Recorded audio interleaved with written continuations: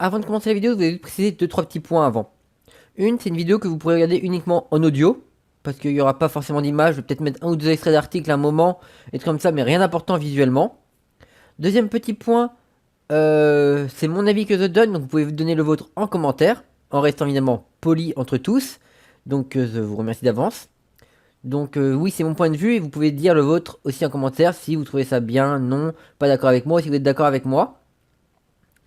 Troisième point, du coup, vous aurez deux trois liens en description qui retournent vers des articles qui pourraient vous intéresser en complément pour lire.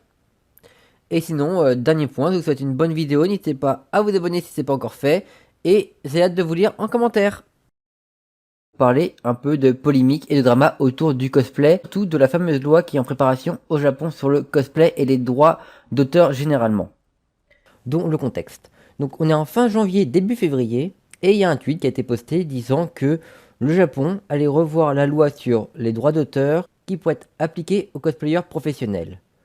En gros, c'est que quand les cosplayers professionnels utiliseront une licence qui n'est pas à eux, devront reverser les droits d'auteur aux ayants droit. Donc c'est à peu près ça ce qu'ils veulent faire comme loi. Donc maintenant qu'on a mis un peu le contexte, on va parler un peu des droits d'auteur, parce que c'est important de vous expliquer c'est quoi pour ceux qui ne comprennent pas forcément et qui s'y sont pas vraiment intéressés non plus.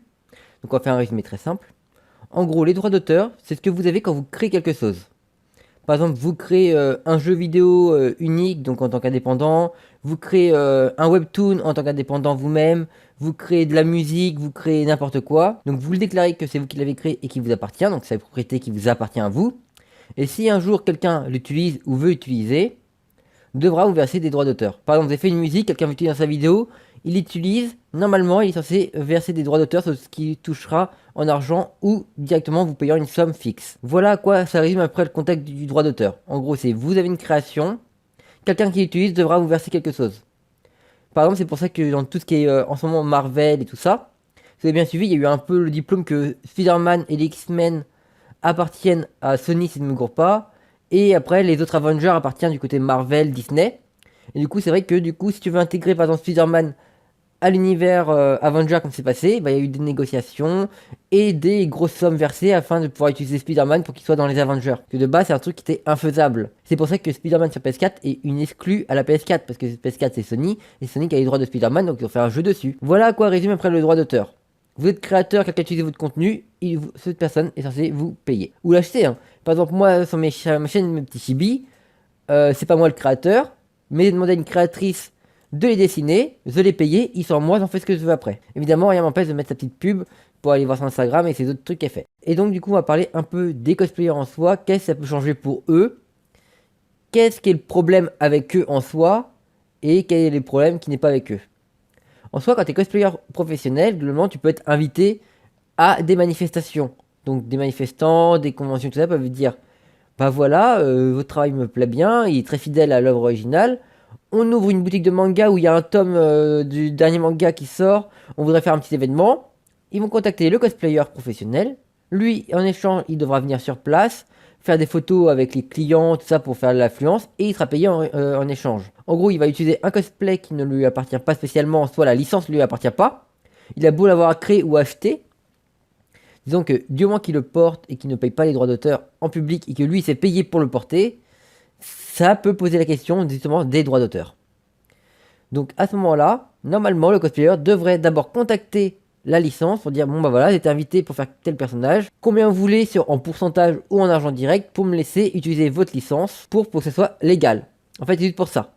Le vrai problème c'est qu'en fait quand tu utilises un costume qui n'est pas à toi, un personnage qui n'est pas à toi ou une licence, et ben on revient sur les droits d'auteur, ça pose problème au niveau de vous faites de l'argent sur un truc qui ne vous appartient pas spécialement. Le costume vous appartient, mais pas le personnage. Et c'est là où en fait la nuance se joue. C'est pour ça que, en fait, sur tout ce qui est copyright en général, par exemple, tu fais des cosplays, tu te mets un cosplay dans ton salon, c'est légal. Tu mets du cosplay dehors, que tu sois professionnel, amateur, quoi que ce soit, ça l'aide tout de suite beaucoup moins. Et en tant que professionnel, tu vas te faire du blé dessus, donc c'est d'un coup plus du tout légal vu que tu payes pas de droit d'auteur pour l'utiliser, droit d'utilisation. Et en tant que amateur, même si tu le sors, bah, tu te fais visualiser dans un cosplay qui n'est pas à toi, un personnage qui n'est pas à toi, et tu peux aussi te prendre en photo, c'est plus compliqué. On va dire que pour de l'amateuriste, on peut être tolérant, c'est vrai que par contre, c'est vrai qu'au niveau professionnel, quand il y a des grosses sommes en jeu, bah là, les finances s'y mêlent toujours. Et en soi, là, j'ai l'impression que la loi est là ici. Elle apparaît que maintenant, alors que le cosplay, ça commence à être vraiment de plus en plus populaire. Les gens, les licences ont dû se dire, il y a du pognon à se faire, il y a de l'argent à taxer. On va essayer de voir avec, au niveau de la protection des droits d'auteur, dire, bah, on aimerait bien récupérer un petit pognon sur tout ce qui est cosplayer pro. Quand tu vois qu'il y en a qui se font énormément d'argent par mois, je parle toujours au Japon, hein, où il y a un côté idole, parce que ça font tout se passer au Japon actuellement, mais on pourrait être infecté en France également. Donc voilà, c'est ça qui risque d'être problème, c'est qu'au Japon ça marche très bien, ça tourne bien, ça fait tourner de l'économie et de l'argent. Évidemment, quand il y a de l'argent, il y a toujours des profiteurs qui disent, tiens, c'est à nous, on va essayer de taxer un peu du pognon. Mais ce qu'il faudrait voir à couper en deux, c'est est-ce qu'un semi-pro qui se fait genre, on va dire, 1000 euros par mois avec ses animations qu'il fait actuellement, occasionnellement, on va dire, s'il doit être taxé à chaque fois qu'il fait un personnage d'un certain pourcentage de son salaire, à la fin du mois, il peut rester, s'il en fait qu'un, bah, il va se faire taxer 100 euros, mais s'il en fait taxer plusieurs différents, ça peut vite monter. Par exemple, tu gagnes 200 euros avec ton cosplay de Naruto, on taxe 10% dessus. Tu fais un autre cosplay, on retaxe dessus parce que c'est une autre licence, gna gna gna. Vous voyez vite où on peut tourner en rond.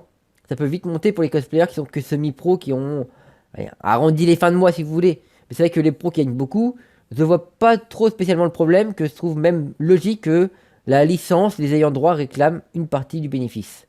Évidemment, une partie ne veut pas dire bon bah on te prend 50%. Non, il faudrait voir négocier. Tout ça c'est une question de négociation et de logique commerciale en fait. C'est tu utilises quelque chose, tu dois reverser des droits. C'est ce que je dis depuis tout à l'heure, Tafon. Je sais que vous faites très avocat du diable pour dire je soutiens cette loi, mais en fait c'est que c'est en fait par rapport à la loi c'est logique. Donc en fait quand tu fais quelque chose, il faut vraiment savoir que ça doit être qu'à toi. Moi là je fais une vidéo, mais il n'y a pas de musique ni rien. Niveau vidéo c'est que ma voix. Il y a quelques images qui vont être prises à droite et à gauche. Ça, normalement, si on s'est reversé des droits. Donc voilà, c'est un peu ça la polémique en fait. Beaucoup de grogne parce qu'ils se disent bah merde, on va se faire taxer, gna gna gna. On va plus gagner l'argent, ça va nous décourager, on va arrêter de faire ça. Je suis d'accord avec vous. Si vous gagnez que très peu d'euros, que ça vous permet à peine de boucler votre mois, si on vous taxe dessus, vous êtes foutu. Déjà que dans nos pays, par exemple en France, on a tout ce qui est taxes sur les ventes, la TVA et tout le bazar. C'est un peu comme ça en fait, c'est des taxes de partout. Et là ils disent on va essayer de taxer le cosplay.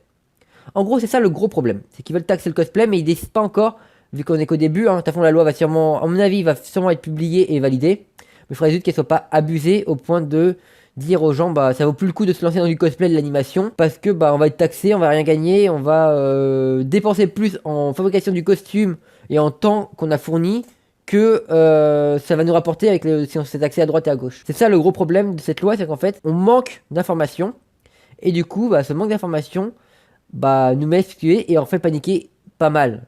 Après, ceux qui gagnent des. Je crois qu'ils avaient cru lire sur le site 700 000 euros par mois. Bon, on taxe 200 000. Bon, bah voilà, ils taxent encore 500 000. Voilà, c'est les montants. Mais là, j'ai plus l'article en tous les yeux. Donc, je sais qu'il y avait un truc avec 72 000 ou comme ça. Il y avait un truc avec un montant assez élevé quand même. Donc, voilà. Mais évidemment, vous gagnez pas tous 100 000 euros par cosplay. Vous gagnez pas tous tout ça. Souvent, je pense que ceux qui travaillent dans le cosplay, c'est plus aux alentours des 1000-2000 euros avec les commissions, éventuellement d'événements. Et encore en ce moment, avec le Covid, des événements, c'est niette. Donc, voilà.